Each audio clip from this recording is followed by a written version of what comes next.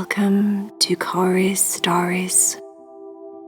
Are you ready to meditate with Cory?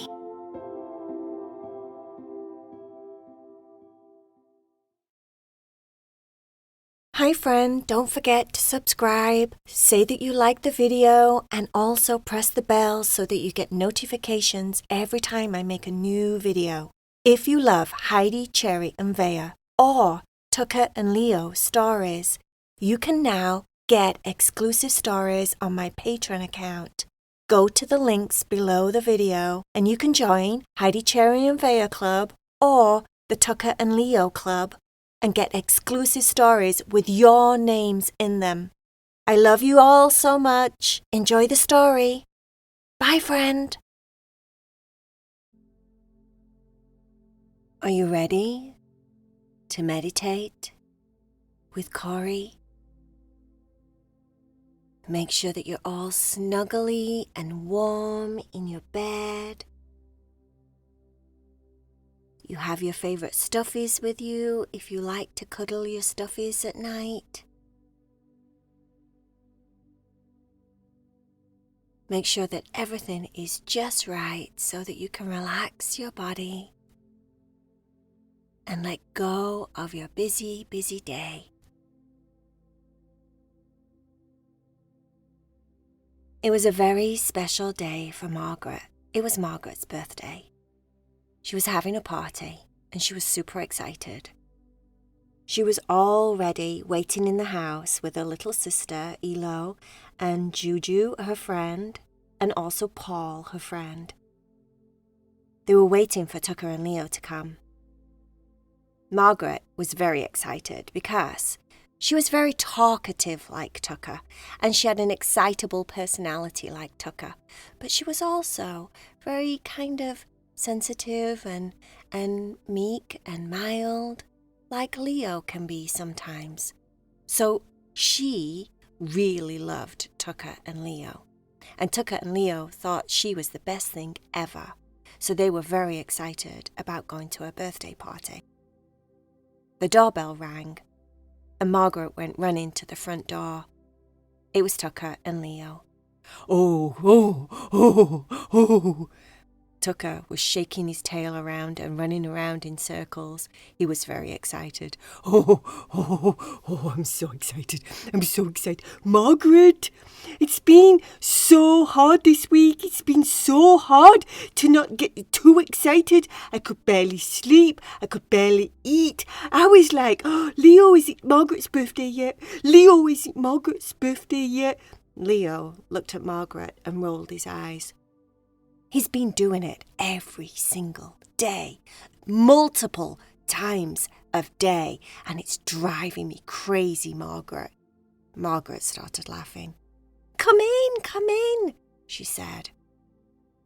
Tucker bounded through the front door. I can smell cake. He knew instantly that there was going to be cake there because it was a birthday party. But his nose had smelt cake from down the street. He could smell it.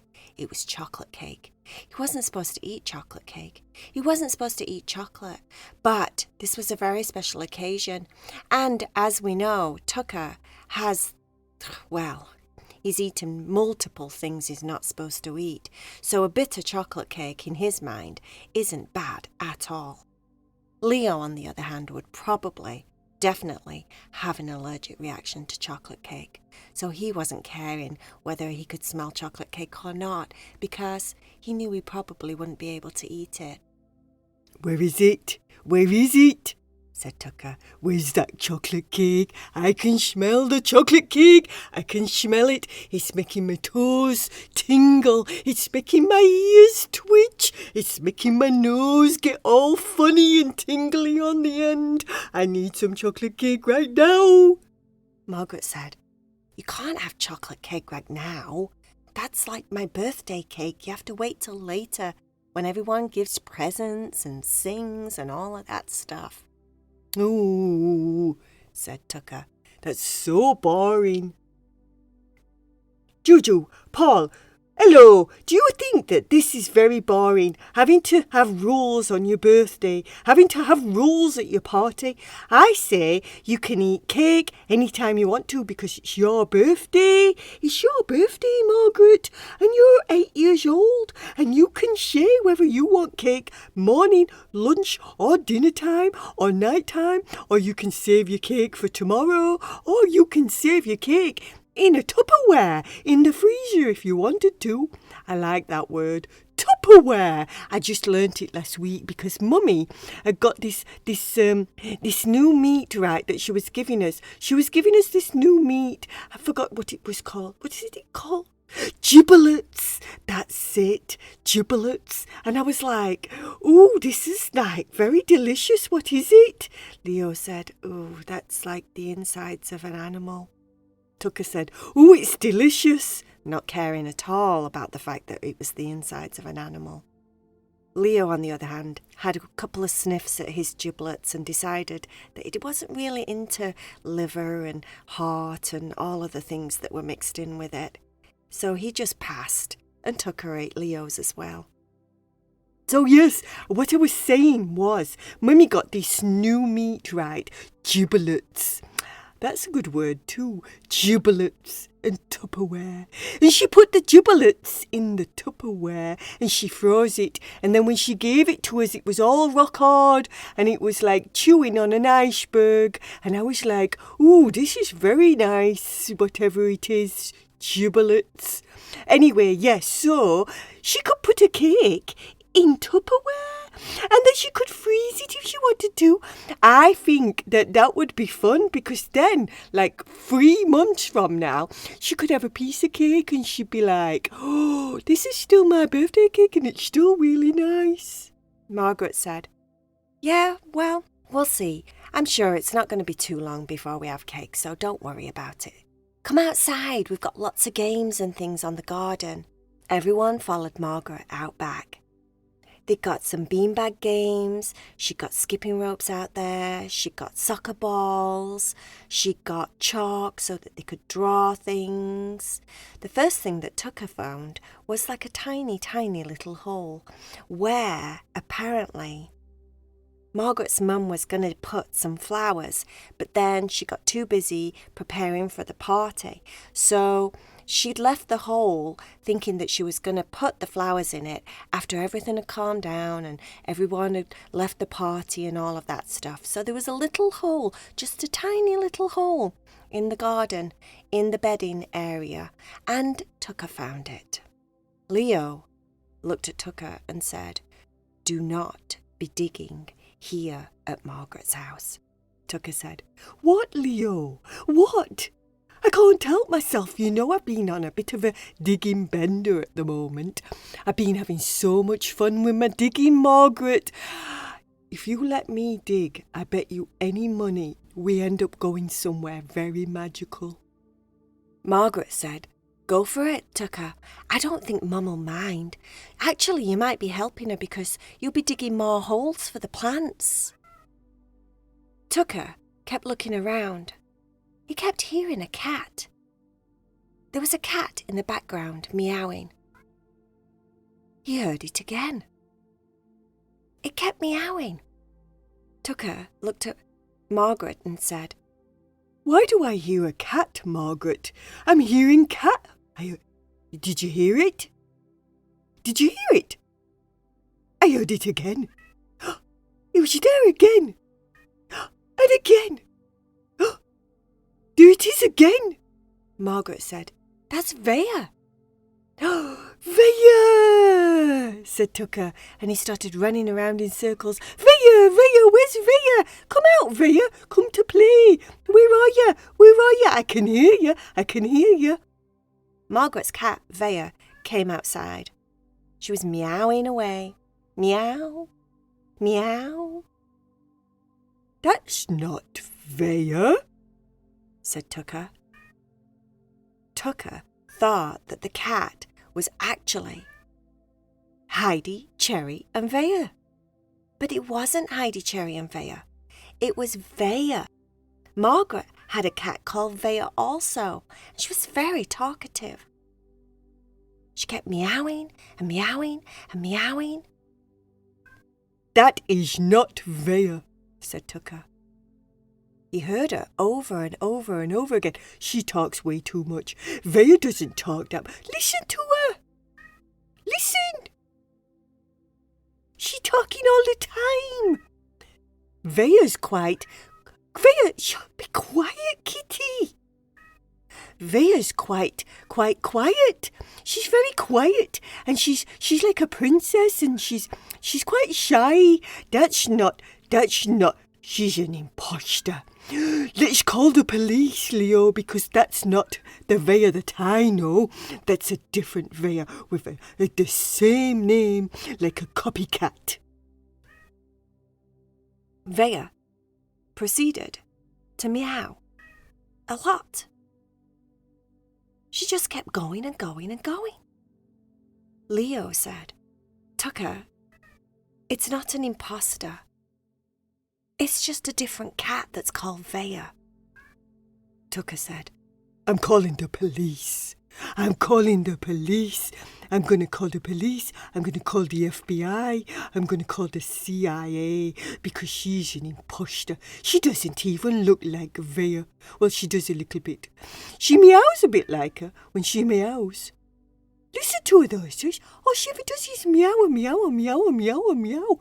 She meows so much, it's making my ears go funny. I think I might just go over to this flower bed and just go check out that hole for a minute. Margaret said, Is it okay if I come with you? Leo and Tucker looked at each other, and Tucker looked very excited, and he said, Do I have a fellow hole digger? Do you want to be digging with my hole with me? Because I like to dig holes, and I like it even more when someone wants to dig a hole with me. And if we dig a hole together, Margaret, maybe we can get away from that noisy kitty. She talks way too much. I mean, I talk a lot. Margaret, you talk a lot. We're good at talking a lot of things together, but maybe we'll be even better if we dig together. That would be really fun. Margaret went over to where her mum were planning on digging holes, more holes, proper holes, for the flowers. There was a couple of holes already dug. Tucker started digging. He was digging, and then Margaret said, I'm going to dig too. She started digging. And Tucker looked at Margaret and said, Margaret, you're a little girl. You're not supposed to be digging. But go on then. And he started digging more, and Margaret started digging more.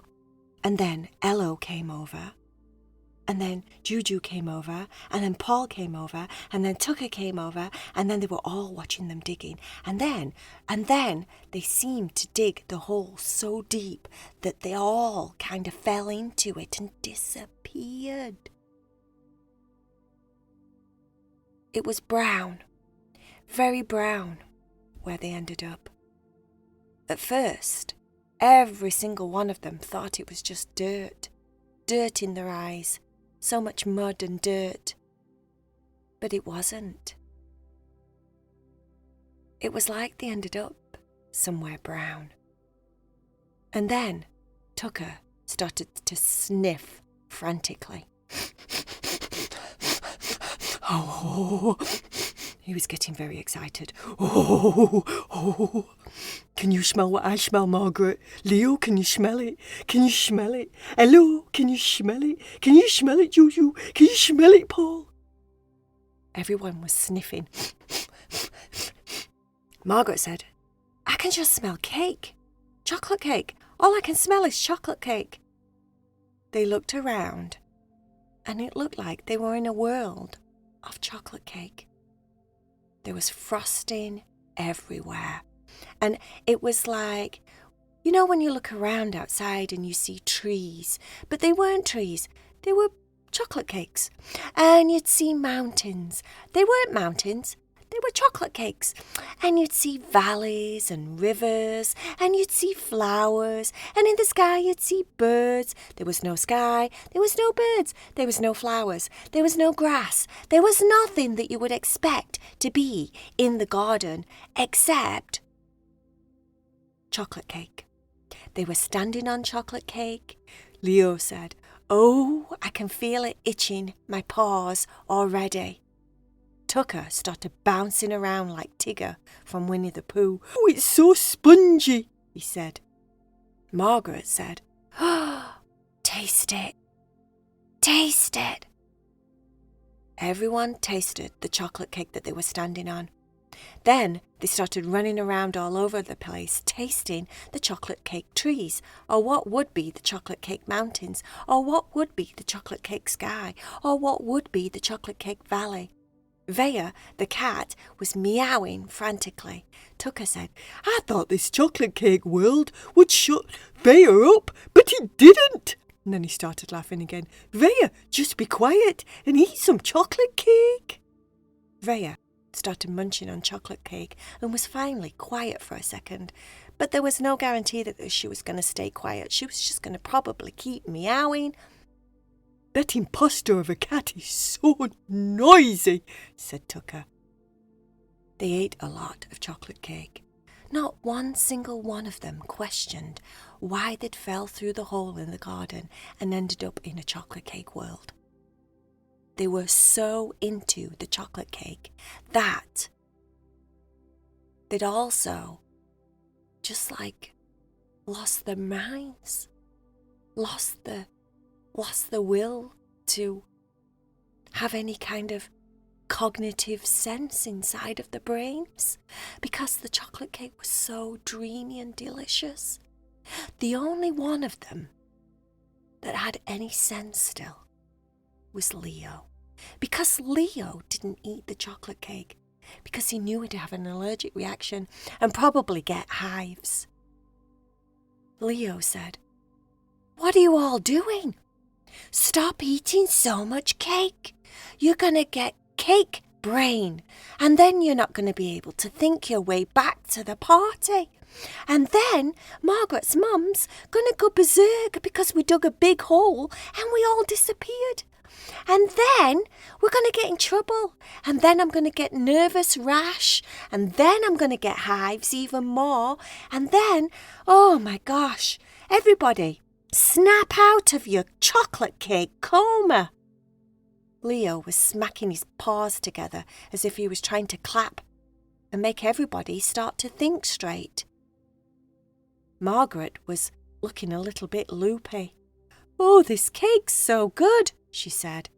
Her eyes were rolling up to the sky as if it was the bestest thing in the world.